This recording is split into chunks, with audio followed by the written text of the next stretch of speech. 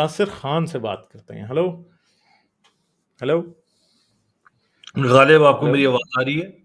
आ रही है जी, आ रही। क्या हाल है, कैसे हो आप? बेहतरीन। आप कैसे हैं? ठीक हैं? मैं ठीक हूँ भाई। हाँ जी, क्या बात करेंगे? पहले तो I am a big fan. You have बहुत डन शुक्रिया। A great job. ठीक है। मुझे थोड़ी सी कंफ्यूजन होती है कभी कभी। मतलब मैंने, देखो, मतलब मैं रिलीजन से हटा ये सोच के कि जब मैंने प्रॉफिट की और जो औरतों की जो मैंने स्टोरी सुनी ना, तो वो मेरे लिए एक बिग शॉकर था। मुझे वो चीज समझ नहीं आई कि यार, फॉर गॉड सेक, मतलब एक खुदा का प्रॉफिट हो, वो औरतों के बारे में इस तरह के जो वाकयात है ना, वो मुझसे हजम नहीं हुए मुझसे। ठीक हम्म। है। लेकिन फिर ऑन द अदर हैंड कुछ चीजें मैं देखता हूं, जैसे कुछ प्रोफेसीज हैं जो उस जमाने में 1400 साल पहले की गई, वो आज के जमाने में पूरी हो रही हैं। जैसे उसमें से एक एक प्रोफेसीज ये है कि जो अरब हैं वो ऊंची ऊंची इमारतों की दौड़ में लग जाएंगे। वो तो आज हम देख रहे हैं अपनी आंखों से। दुबई में बुर्जुल अरब, बुर्ज खलीफा बना।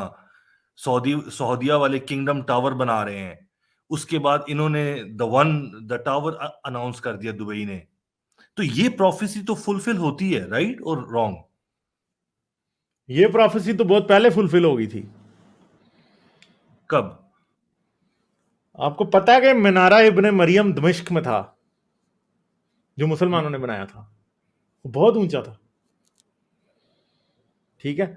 इस हम्म। तरह फातमी खुलफा और उमैयदों के दरमियान और मरवान, इनके दरमियान भी ऊंची इमारतों का कंपटीशन था। ऐसा नहीं है कि नहीं था। आज दुनिया ये बात भूल चुकी है। इवन के प्रोफेसी है कि मनारा इब्ने मरियम के पास इब्ने मरियम उतरेंगे जी क्यामत के दिन। आई हैव रेड तो दैट। आमतौर पे वो प्रोफेसी उस वक्त की ही रिफ्लेक्शन है। दुनिया में मैंने अभी तक कोई एक भी प्रोफेसी ऐसी नहीं देखी जो उस वक्त की रिफ्लेक्शन ना हो जिस वक्त में वो की गई थी। चाहे वो बिब्लिकल प्रोफेसीज हों, जैसे मैंने अभी एक भाई से पहले मैं बात कर रहा था कि बुक ऑफ डैनियल, क्रिश्चियन ये समझते हैं कि वो 500 बीसी में लिखी गई थी। वो लिखी जो थी 100 एडी से 100 बीसी के दरमियान लिखी गई थी असल में। और जितनी बातें क्रिश्चियन समझते हैं या जूस समझते हैं कि वो प्रोफेसीज हैं, उसमें वो सारी की सारी असल में बाद में लिखी गई। और कई बार लिखने वाले भी यही बिलीव कर रहे होते हैं कि ये प्रोफेसी वाकई उस टाइम की गई थी जिस टाइम हजरत मोहम्मद थे, या जिस टाइम दानियाल था, जो वो समझ रहे हैं कि 500 बीसी में। वो समझते हैं कि हम तक जो दानियाल की बातें आ रही हैं हम उन्हें एक किताब की शक्ल में लिख रहे हैं। जैसे बुखारी के पास जो बातें आ रही, बुखारी हो सकता है एग्जैक्टली ये बिलीव करता हो कि ये बातें जो है, यकीनन करता था कि ये बातें हजरत मोहम्मद से ही चली आ रही हैं, मगर ये हदीसें किसने इजाद की, बुखारी के बाप को भी नहीं पता था। हम्म। ठीक है। तो इन स्लेवरी। चीजों को इस लाइट में देखने की जरूरत होती है हमेशा। जिस तरह एक और प्रोफेसी ये थी कि स्लेवरी बहैसियत कानून खत्म हो जाएगी। वो तो नहीं नहीं, 90। कोई प्रोफेसी नहीं थी जी, कहाँ? मेरा नहीं ख्याल थी, है कि जो इस्लाम की जो बन। जो दो कुर्बे क़यामत की जो प्रोफेसीज हैं, जिनमें एक इमारत वाली है और दूसरी स्लेवरी वाली है, ये दो नहीं ऐसी है, हैं। नहीं है, नहीं है, नहीं है, नहीं है। स्लेवरी की कोई प्रोफेसी नहीं है जी। हम्म। स्लेवरी की प्रोफेसी होती तो मुसलमानों ने हर जगह पे चिपकानी थी। हम्म। स्लेवरी कभी मंसूख हो ही नहीं सकती। इस्लामी शरीयत फाइनल है, हजरत मोहम्मद फाइनल कर गए हैं। कौन सा कोई कोई भी उमर या उस्मान या कोई फातमी खलीफा या कोई जो है उस्मानी खलीफा स्लेवरी को गलत नहीं कह सकता। अच्छा, स्लेवरी इस्लाम की ये शरीयत में फाइनल थी। अच्छा, ये मुझे बड़ी इंटरेस्टिंग बात लगती है। मैंने आपकी वीडियो से ये सारी बात रिसर्च की है कि हमने सारी जिंदगी ये पढ़ा कि जी 11 बीवियां थी, 11 बीवियां थी, 11 बीवियां थी। हम्म। सारी जिंदगी हमने यही पढ़ा।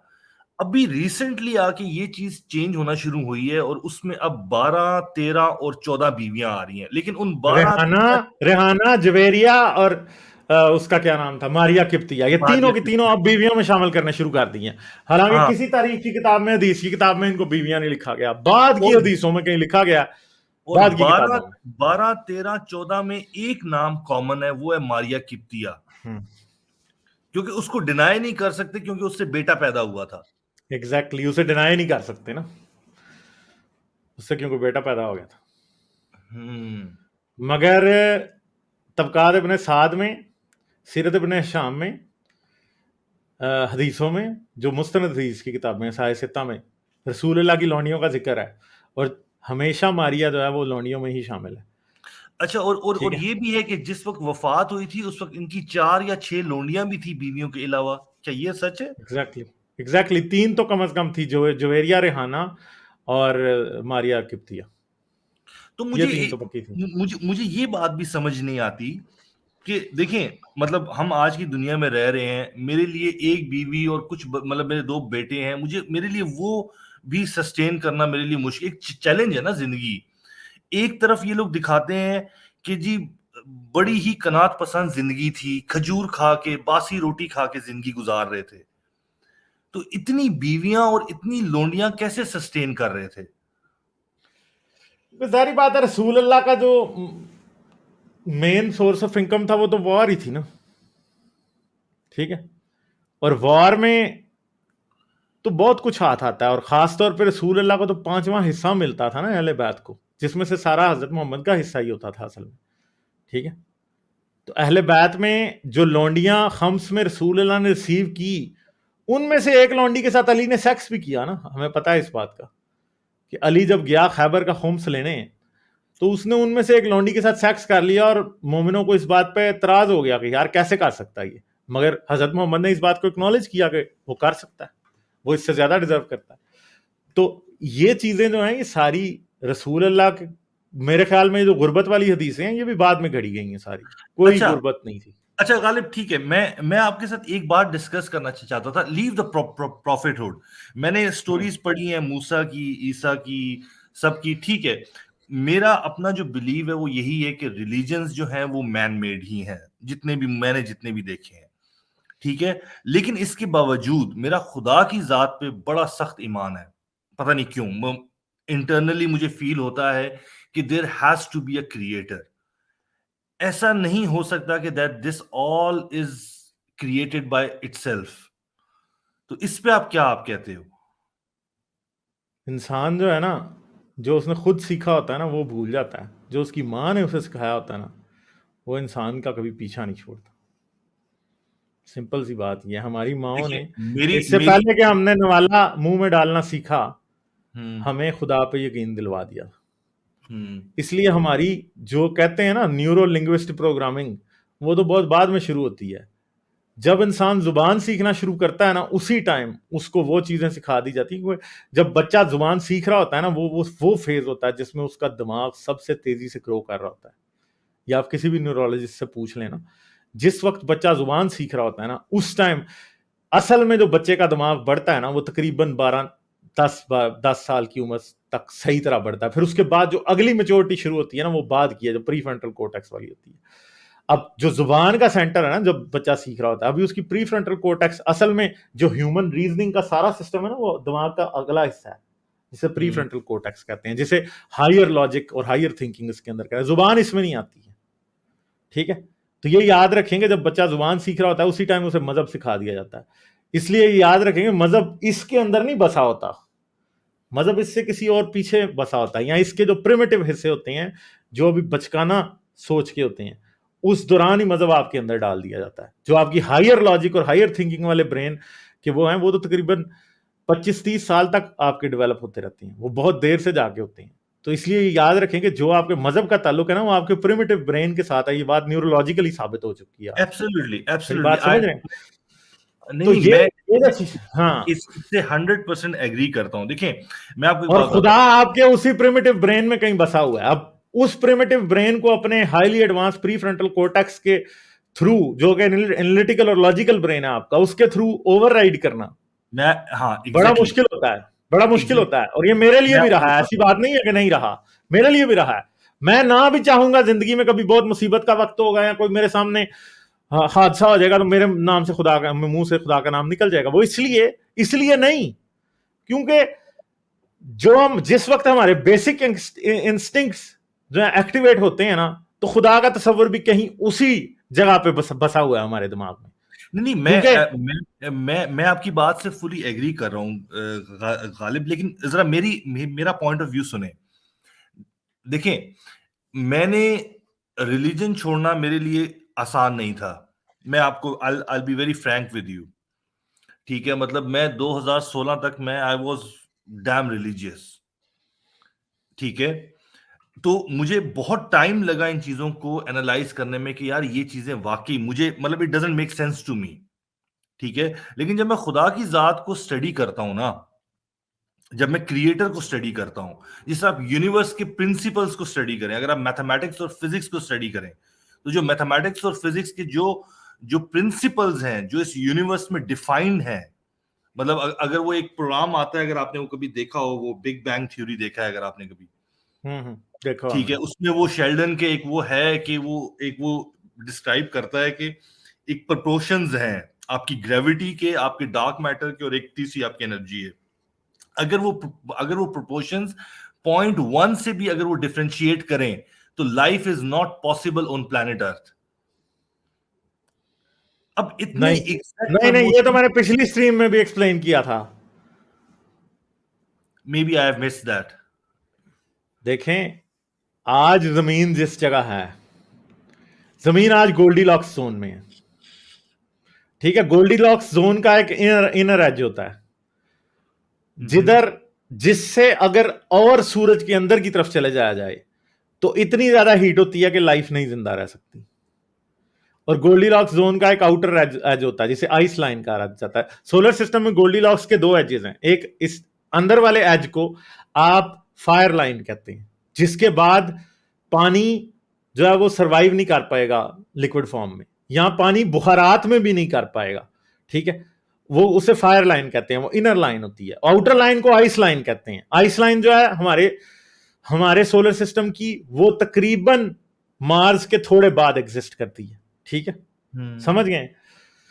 अब मसला यह है कि ये आइस लाइन और फायर लाइन ये हमेशा से यहां नहीं थी, क्योंकि आज से तकरीबन 1 बिलियन साल पहले सूरज जितनी गर्मी आज देता है इसके सिर्फ 85% देता था, और वीनस एग्जैक्टली हैबिटेबल जोन में था उस टाइम, और हम जो थे वो आइस लाइन के पास पास थे तकरीबन किसी जगह पे, ठीक है? यानी आइस लाइन हमसे बाहर थी और मार्स जो था वो प्रॉपर आइस लाइन के बाद आ रहा था। और आज से 1 बिलियन साल बाद हम फायर लाइन के अंदर आ जाएंगे, क्योंकि सूरज और गर्म हो जाएगा। तो ये जो फाइन ट्यूनिंग वाली बात है ना, ये फाइन ट्यूनिंग वाली बात बिल्कुल झूठ है। फाइन ट्यूनिंग अगर हम देखें तो ये फाइन ट्यूनिंग सिर्फ इस पॉइंट इन टाइम पे सोलर सिस्टम फाइन ट्यून्ड है जमीन पे लाइफ के लिए।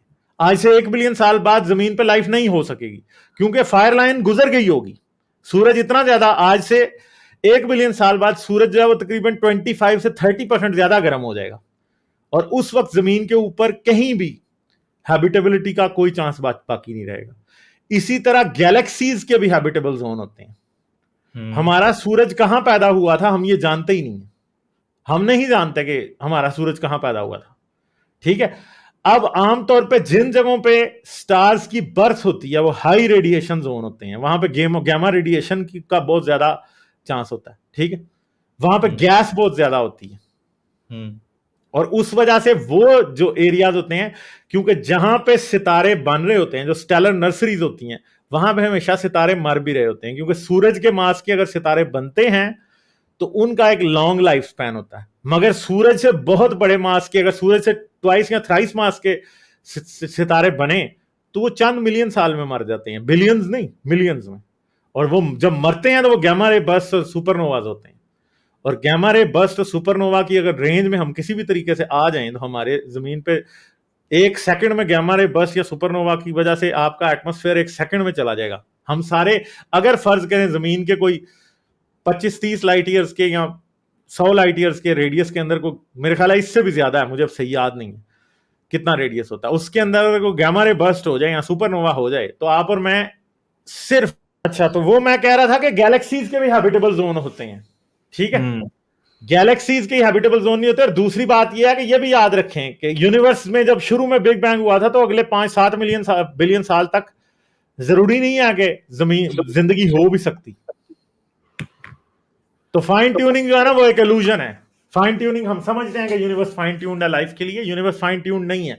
यूनिवर्स एक सर्टेन पॉइंट इन टाइम में फाइन ट्यून्ड नजर आ रहा है हमें लाइफ के लिए, आज से उससे बाद नहीं होगा। और यूनिवर्स की ज्यादातर जो जिंदगी है वो बेसिकली विदाउट लाइफ जाएगी। यानी यूनिवर्स ने तो गूगल ईयर्स तक जिंदा रहना है। आज से 10, 12, 15 ट्रिलियन साल बाद जमीन यूनिवर्स में जिंदगी नामुमकिन हो चुकी होगी, क्योंकि सारे स्टार्स मर चुके होंगे और कोई भी ऑर्डिनरी किस्म की लाइफ कहीं इवॉल्व होने का तो चांस ही नहीं है। और जो लाइफ इवॉल्व हुई भी आज, वो तकरीबन 10-12 ट्रिलियन साल बाद हो ही नहीं सकती, क्योंकि 10-12 ट्रिलियन साल में तो रेड ड्वार्फ और ब्राउन ड्वार्फ भी मर जाने हैं। बिल्कुल ये एक बड़ा इंटरेस्टिंग पॉइंट रेज किया आपने। अभी पता है ना आपको, ट्यूसडे को, यस्टरडे, 2 दिन पहले अभी यूएस सेनेट में उन्होंने एलियन बॉडीज प्रेजेंट की हैं। Have you seen that news और नॉट? मुझे लगता है वो फेक न्यूज होगी जी, मैंने नहीं देखी। They have presented it in Senate, लेकिन मुझे उसमें एक मुझे नहीं लगता वो फेक न्यूज है। अच्छा, होती तो तूफान ना मचा होता। नहीं, लेकिन मुझे एक चीज का हमेशा बड़ा डाउट होता है कि हमेशा जो एलियंस बनाए जाते हैं वो भी हमेशा इंसान की शक्ल के बनाए जाते हैं, कि 2 आंखें, नाक, मुंह, 2 हाथ, 2 पांव। ठीक है, अब एलियन मतलब इंसान वही इंसान मतलब वो सोचता है जो इंसान समझ सकता है, कि इंसान यही समझता है कि इंटेलिजेंट लाइफ मेरे जैसी ही होगी। नहीं, वो इंसान का तस्वर ये है ना कि वो अपने जैसे ही बनाते हैं ना। ठीक है, वो तो खुदा भी इंसान ने अपने जैसा ही बनाया ना। हाँ, जाहिर बात है, खुदा की भी इंसान ने यही चीजें बनाई है कि इंसान के खुदा देखता है, खुदा सोचता है, खुदा के हाथ हैं। ठीक है, मतलब वो एक बड़ा अजीब सा कॉन्सेप्ट है मुझे, लेकिन पता नहीं क्यों अभी तक मेरा वो एक जहन जो है ना, मेरा अभी तक क्रिएटर के ऊपर अभी तक वो है, फिक्स्ड है, कि definitely there has to be a beginning, there has to be an end. Life की भी एक बिगिनिंग है, लाइफ की भी एक एंड है। देखिए वो बात आप कर सकते हैं, मगर अभी ये मैंने देखा है, मैंने अभी क्विक सर्च किया, मुझे टीनू ने भी एक भेजा है, ये ममीफाइड रिमेन्स ऑफ एलियंस हैं। तो आपको पता है कि ऐसी बहुत सी चीजें दुनिया में ऑलरेडी हैं। जैसे कि मैं आपको एक बात बताता हूँ, एक बहुत बड़ी मिस्ट्री जो थी ना, वो क्या थी कि क्रिस्टल स्कल्स लोगों ने ना, पुराने मैक्सिकन्स ने कार्व की हुई हैं। ठीक है, मैक्सिकन्स ने ही की हुई हैं क्रिस्टल स्कल्स कार्व। तो ये कुछ ममीज वगैरह करके इस तरह की चीजें दिखाई गई हैं कि जी ये एलियंस की ममीज हैं, बट इस बारे में कुछ भी नहीं कहा जा सकता कि ये असल में होंगी कि नहीं होंगी। मैं इस बारे में पढ़ के जरूर देखूंगा, मगर दुनिया में बड़े स्ट्रेंज आर्टिफैक्ट्स हैं। यानी पूरी की पूरी क्वार्ट्ज क्रिस्टल की ना, आप ये देख लीजिएगा, मैक्सिको के लोग ही करते थे, स्कल बनाते थे पूरी, वो रगड़ रगड़ के उसे क्वार्ट्स के 2 क्रिस्टल, एक क्रिस्टल होता था, उसको रगड़ रगड़ के पूरी स्कल बनाते थे। वो उनका कोई रिलीजियस रिचुअल था या कल्चरल रिचुअल था, ये बात भी अच्छे तरीके से हमें पता नहीं है। मगर ऐसे आर्टिफैक्ट्स जो कि एलियंस से रिजेंबल करते हैं, कुछ लोग ये कहते हैं जी ये एलियंस के क्वार्ट्स के जो क्रिस्टल हैं जिनकी स्कल्स बनाई गई हैं वो एलियंस के रेमिनेंट के कोई प्रूफ है, मगर वो भी नहीं है, वो भी इंसान का काम है, और ये भी 100% इंसान का काम हो सकता है। ये ममीफाइड रिमेन्स हैं और ये अलेजेड हैं, ये को प्रूफ नहीं हुआ कोई भी। ठीक है, हाँ, ये बंदा पहले भी ये काम कर चुके हैं और पहले भी ये गलत साबित हो चुका है। ये जो है ना जिमी मासूम जो व्हाटएवर इसमें। लाइक, शेयर और सब्सक्राइब करना मत भूलें। इसके साथ साथ आप मेरे चैनल को पेट्रियन पर सपोर्ट कर सकते हैं। पेट्रियन का लिंक वीडियो की डिस्क्रिप्शन में है।